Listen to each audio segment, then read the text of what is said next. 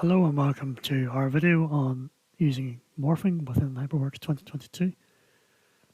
We're going to focus on three tools under the morph ribbon here today: the free morphing, proximity morphing, and volume morphing.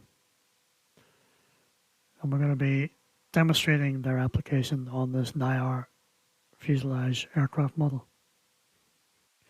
The first thing we're going to do is just get rid of some of the 1D elements and connectors from the display here. So we're going to use the mask browser and simply click the minus button on the elements that we don't necessarily want displayed. They are still in the model, and any morphing changes that you make will still be included within the model and will be applied to those elements and connectors. But for the purposes of a clear display here, we're just going to turn those off. So first of all, we're going to demonstrate the free morphing functionality. So we're going to focus in on this particular bulkhead here. We're just going to isolate that bulkhead by selecting it from the display and pressing I. And what we want to do with our free morphing is we want to create change this 90-degree corner here into a rad curve here. And we want the mesh to morph along with that. So the first thing we need to do is just going to create some lines here that represent the corners that we want to morph to. So we go to the geometry panel, create polylines, and we're going to select the nodes that we want to use to create our line, our curve.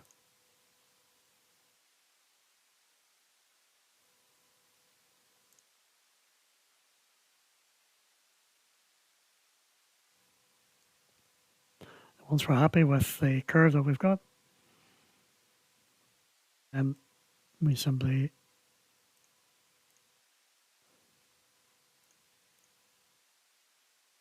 click the triangle here to accept that line. And we'll create one on the other side too.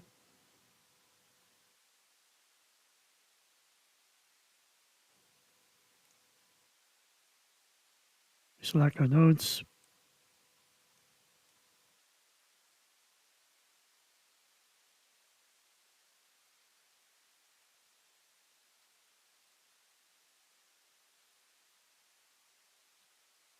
Once we're happy with the line, we click accept.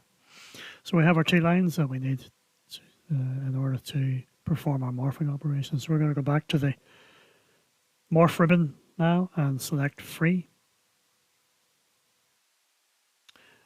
And then what we need to do is we need to select the nodes that we want to morph to that line. So we're going to select nodes here from this move drop down. And if we hold down the Alt key, we can select the nodes by path corresponding to the region that we want to morph. Now automatically, you'll see this automatic box here is selected. HyperMesh will automatically create anchor nodes based on the mesh that you've provided it with. You can modify those if you wish by unticking the automatic box and selecting the anchors here, and then deselect the nodes that you don't want to be anchored, or if you're happy with that selection, then you can leave it as is. So what we're going to do is we're going to deselect this set of nodes here because we want those nodes to move with the morph, but all the others we're going to leave as is, and we're actually going to add this node here to the anchor nodes. And then we're going to choose our target, which in this case is the line that we want to morph to. And then up pops a pop-up box with a morph to target icon here. We can choose some different options here if you wish in terms of the direction that you want to morph But since we have a target that we're morphing to, we can simply click morph. We click yes to that. It's just some warning or notice about the existing domains and morph volumes that are in the model.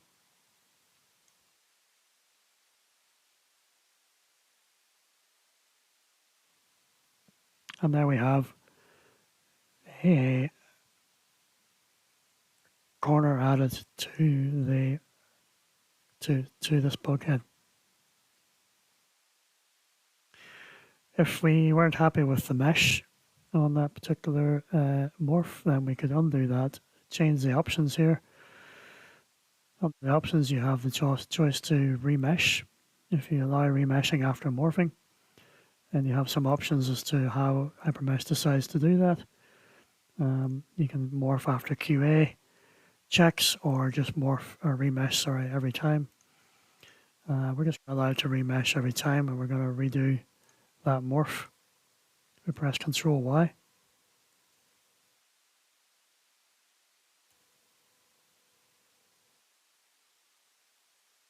So we're going to choose a line and click morph. And now we have a pop-up now. It says you want to remesh. You can review the elements that HyperMesh has chosen to remesh, and you can reduce those so you're not remeshing more than you want to.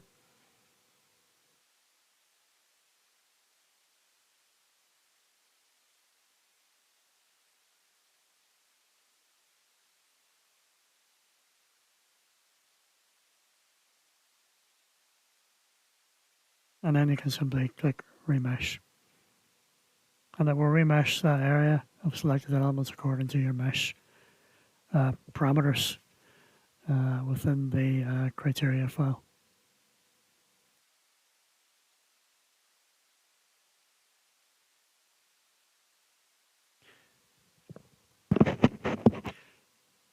So we just do the same to the other side, just to show it again for you. So we select our nodes by path, holding the Alt key. We select a line that we want to morph to.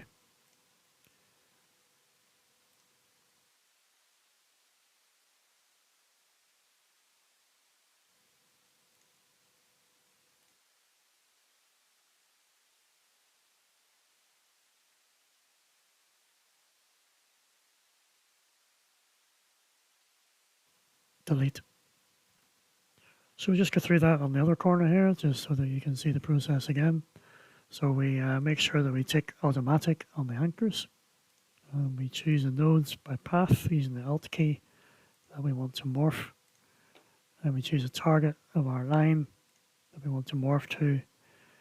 If we want to change the selection of anchor nodes, then we can untick automatic, select anchors, deselect the nodes that you do not want to be included as anchors, and then click morph. And again, because we had remesh turned on, you can choose the elements that you want to remesh, or be included in the remesh, I should say.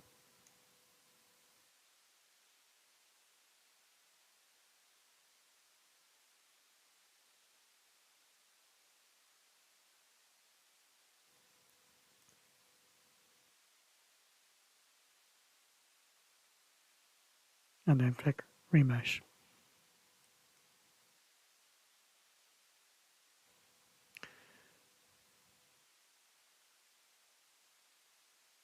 So that is an example of the use of free morph.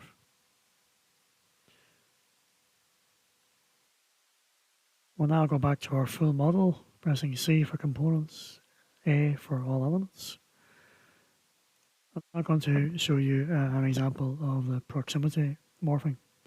So the proximity morphing is very good if you want to make changes to your mesh that will only influence a certain region within your model. So, for example, if we wanted to make a change to this bulkhead here, and what we want to do is we want to move this system hole here. the damn 30mm within this mesh and update the mesh accordingly. So we're going to choose proximity morph, and we're going to just check our option settings here to ensure that we've got the settings we want. So we have remeshing is turned on, and we're just going to remesh after we completed our morphing operation. I then want to select the nodes that we want to morph. So we're going to right click and change the selection tool here, left click on the circle, and then just draw a circle around the nodes that we want to morph. And HyperMesh will then automatically choose all the elements that are going to be impacted by that morph based on the buffer setting here. So what's been selected is fine for our purposes here, but there are some of the nodes that we don't want to move after our morph. So we're going to add those as anchor nodes. So we're going to select anchors here, make sure it's set to nodes, and just again right click and change the selection setting back to box, and then draw a box around the nodes that we do not want to move.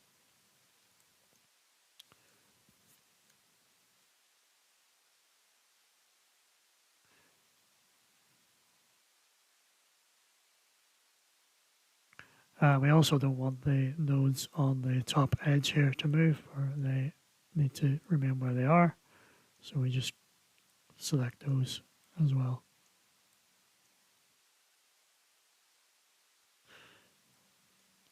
So we've selected our nodes that we want to morph, representing the nodes in the perimeter of the hole. We've selected the anchor nodes that we don't want to move when we do our morphing operation, and HyperMesh has automatically selected the elements that are going to move when we apply our morph. So once we're happy with all that, we choose the direction that we want to morph it in here, which is Z and minus 30mm. Click OK. And here we have our hole is moved, the mesh is morphed with it according to our settings, and the anchor nodes have remained where they were. And once we're happy with that, we can press escape, and now we get the option to remesh if we wish. If you don't wish to remesh, you can always skip remesh, but what's shown here are the elements that are going to be remeshed based on our proximity selection.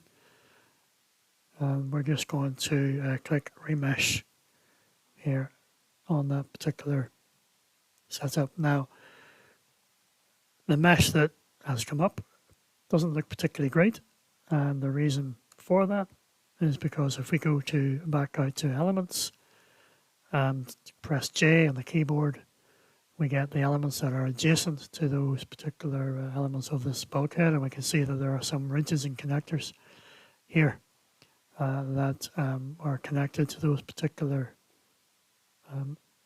elements that have morphed.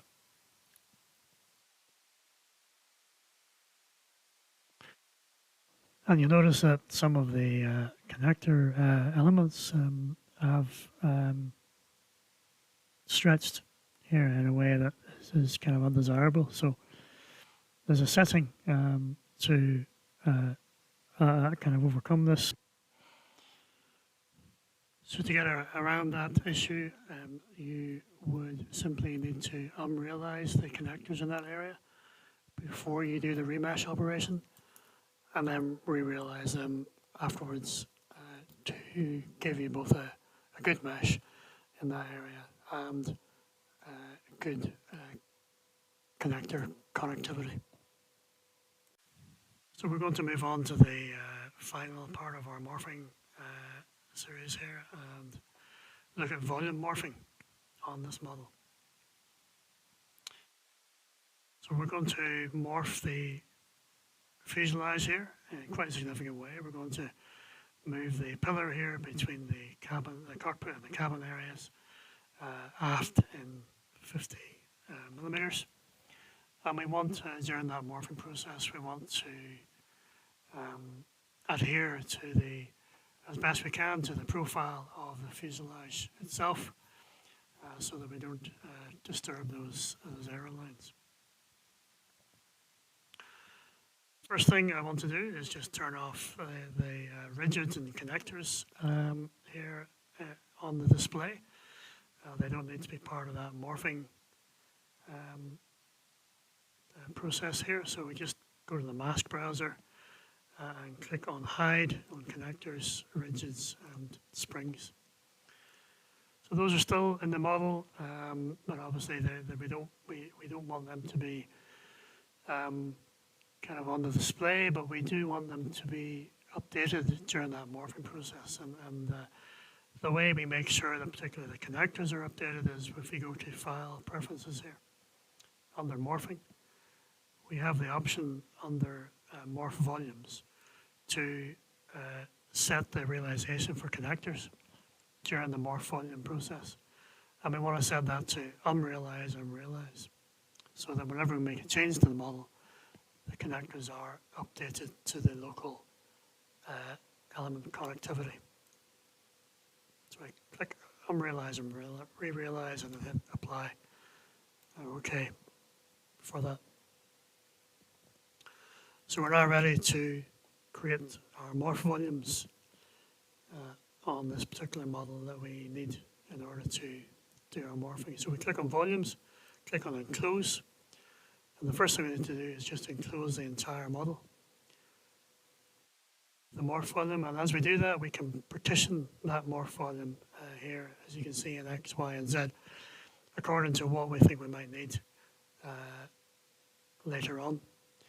This can be changed at any time, but useful if we set them now to what we think we need. So we're going to choose 5 subregions here, so 4 partitions, and then we're going to click enclose on that. Just before we enclose that, you can also just set your buffer region here, so you can, current the default is 10%, you can make that as tight as you wish at this point, and that will just bring that morph volume closer to the FE model.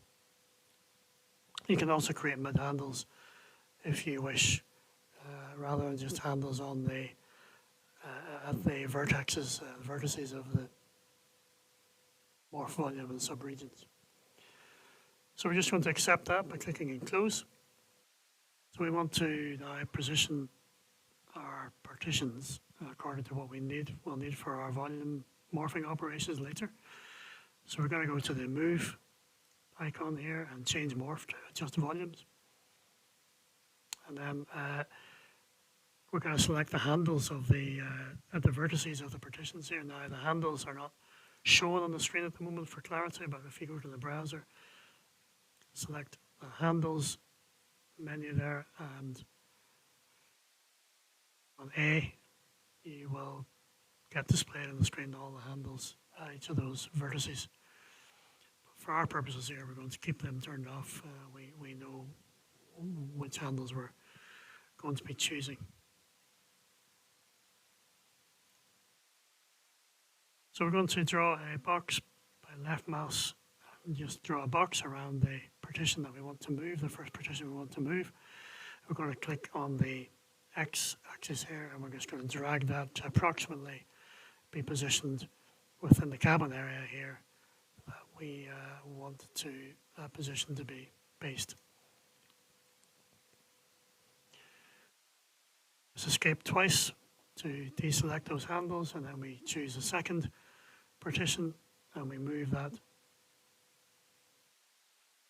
to just forward of the pillars. So what we're creating here is we're creating a volume that encompasses a pillar that we want to move, and we also have a volume here which will contain the elements that we don't want to move when we do our morph operation. We only want to move the elements in this local region here. So we press escape twice, select the handles of the next partition, move them now to the aft side of the pillar where we're moving.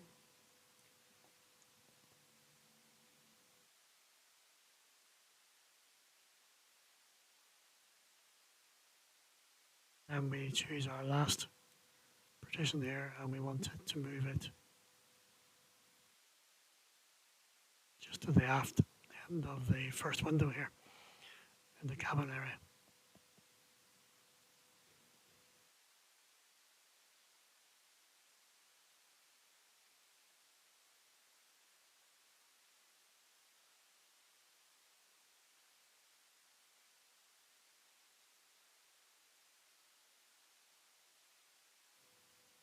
So I'm just going to move this partition here ever so slightly so that it's forward of the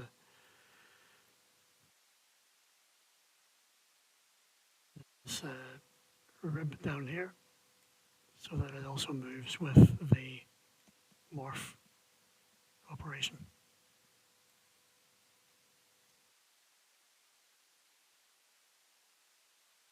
So now we have our partitions positioned where we want them in order to do our morphing operation.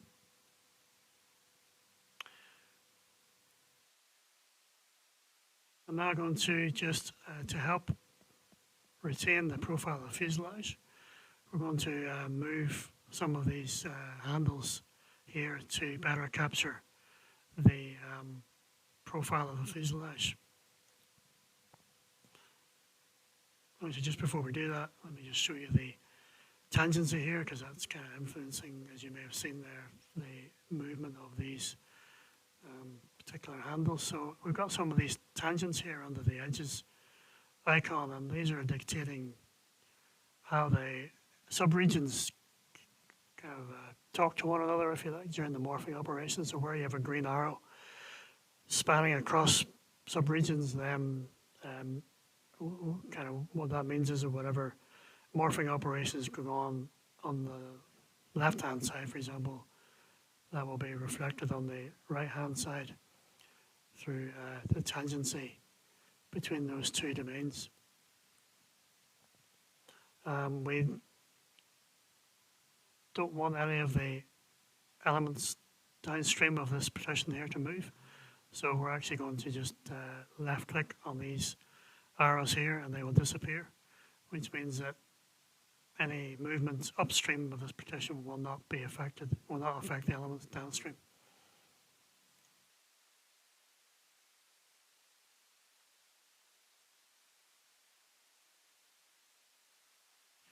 And we'll do the same with these arrows here. These edges, we don't want those to move, the elements to move upstream relative to the downstream morphing. So now when we go back to move and adjust our volume here at the end, and we move that down, we can see that that follows quite nicely the profile of, we can make that follow quite nicely the profile of the fuselage. Similarly here, we'll move this one up.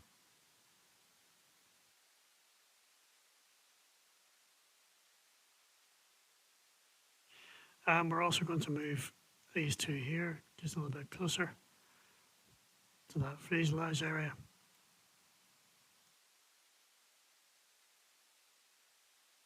To get the best chance we can of maintaining that profile.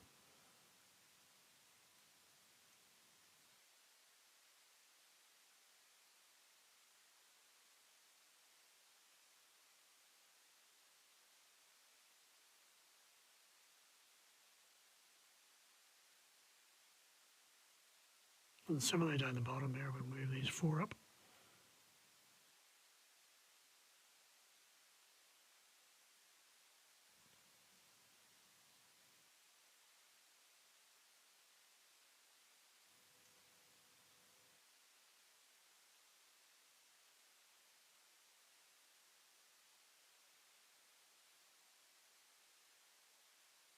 I think here we probably are okay in this region here because we're not really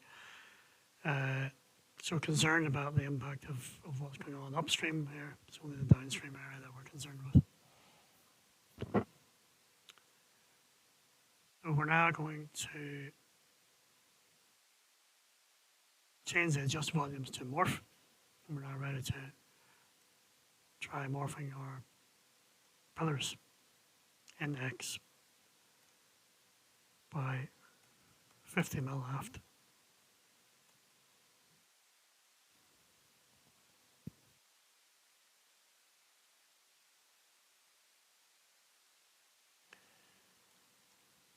And you can see that that moves the pillars, it moves all the ribs internally.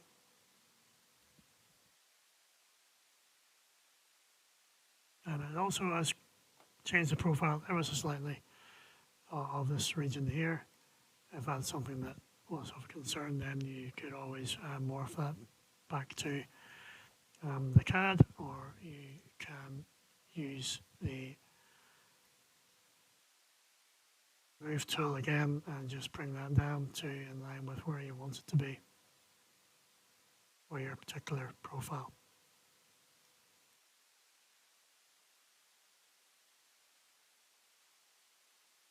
You can see all the connectors have realized here, and everything is reconnected. That is our pillar between the cockpit and the cabin moved 50 mil and aft. And if we wanted to save that as a shape, we can simply click on the plus arrow, the plus icon here, and all of those shapes that took place as a result of that morph would be saved to a shape.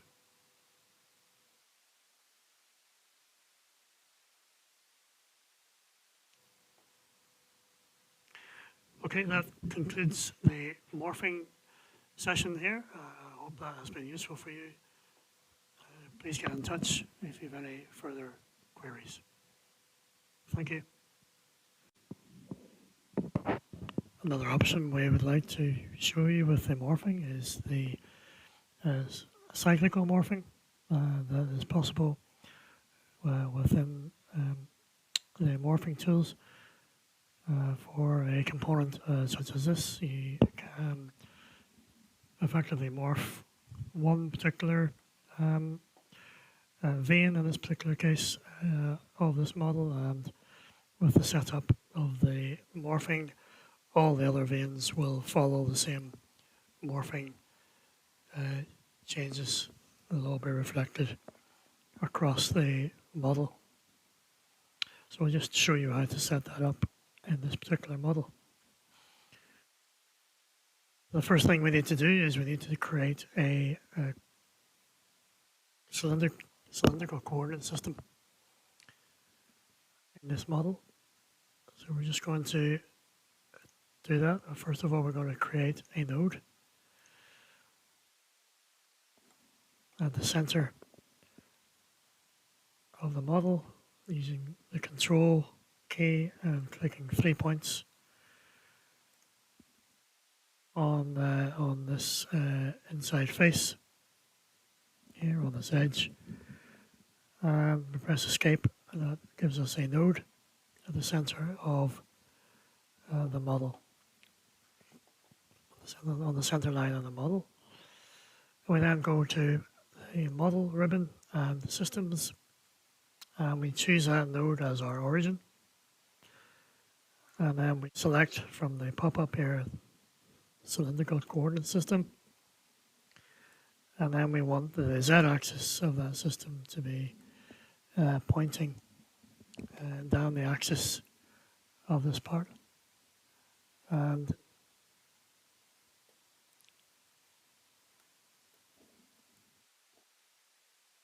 we check that and find that that is the case, and so we simply accept that coordinate system.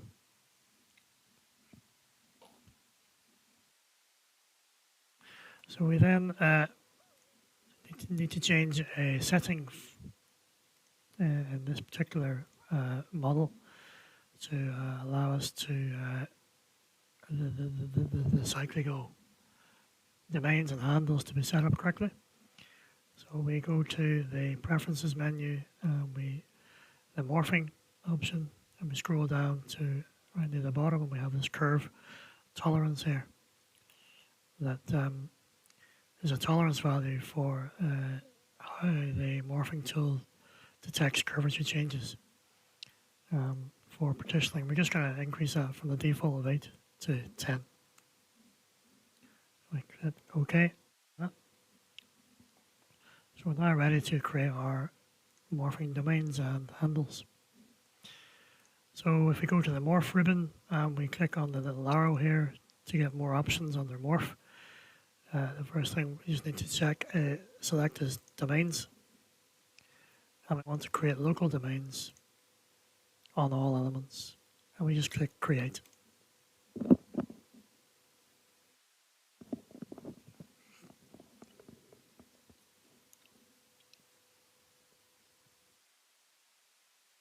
And that gives us all of our domains and handles around the model, particularly on the blades.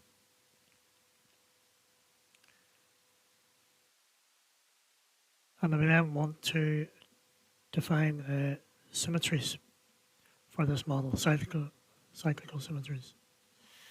So we click on symmetries and we select our domains. We can just select them all. We select our system, which is the system that we just created. And we tell it the default axis for the symmetry here is the z-axis of that local system. And then we want to change the dimension here from circular symmetry to cyclical symmetry. We change the between all the veins from unilateral to multilateral. What that means is that we can choose any vein and make a change on it, and it will be reflected on all the other veins.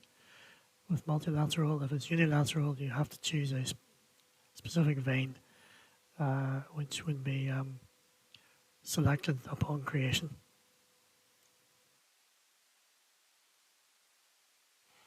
We then want to choose approximate here for our creation of our symmetry, and then we want to tell it the cyclical angle is actually going to be a frequency based on the number of veins, which we know to be 48. And then we click create on that.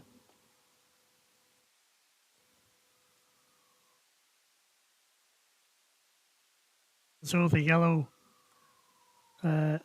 entity here indicates that we have cyclical symmetry now on this particular model.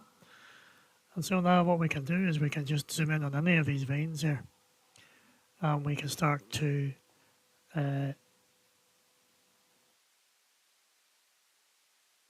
choose to make some changes on that, and that will be reflected on all of the veins. So for example, if we click on move domains and we select the domain here,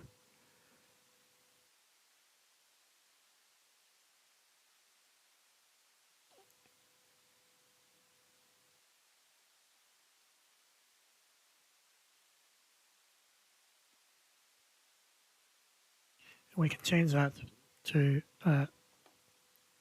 offset here. And that allows us to select the arrow and define an offset, let's say -5.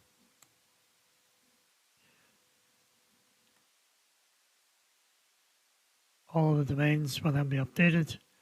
The one that we've made the change in gets updated upon release.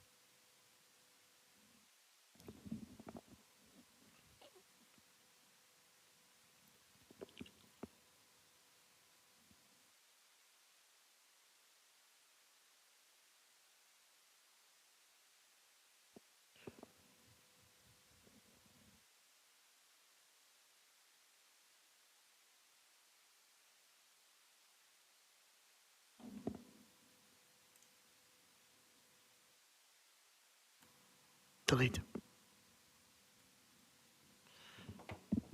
So the yellow entity here indicates that we have cyclic symmetry now on this model. So we now want to make some morphing changes to all of these veins in one go. We can simply do that by clicking on the free morphing tool, clicking on domains, zooming in on a domain here. We can choose a domain on the end here, for example. And we get a manipulator up, which we can then use to make changes to that particular vein. So for example, we may want to change the angle of that vein.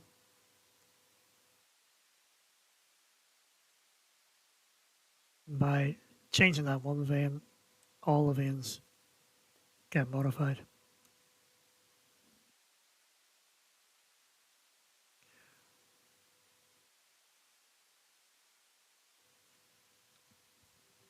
Alternatively, we may wish to change the length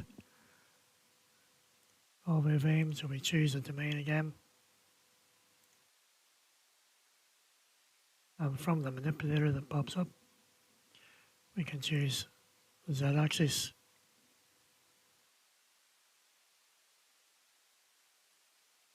2.5, and all the veins will change length accordingly. So this is just a really useful tool to speed up geometry changes, again, without actually having any geometry to mesh. But you can introduce those changes using the existing mesh. And that covers the cyclical symmetry for morphing. Thank you for listening.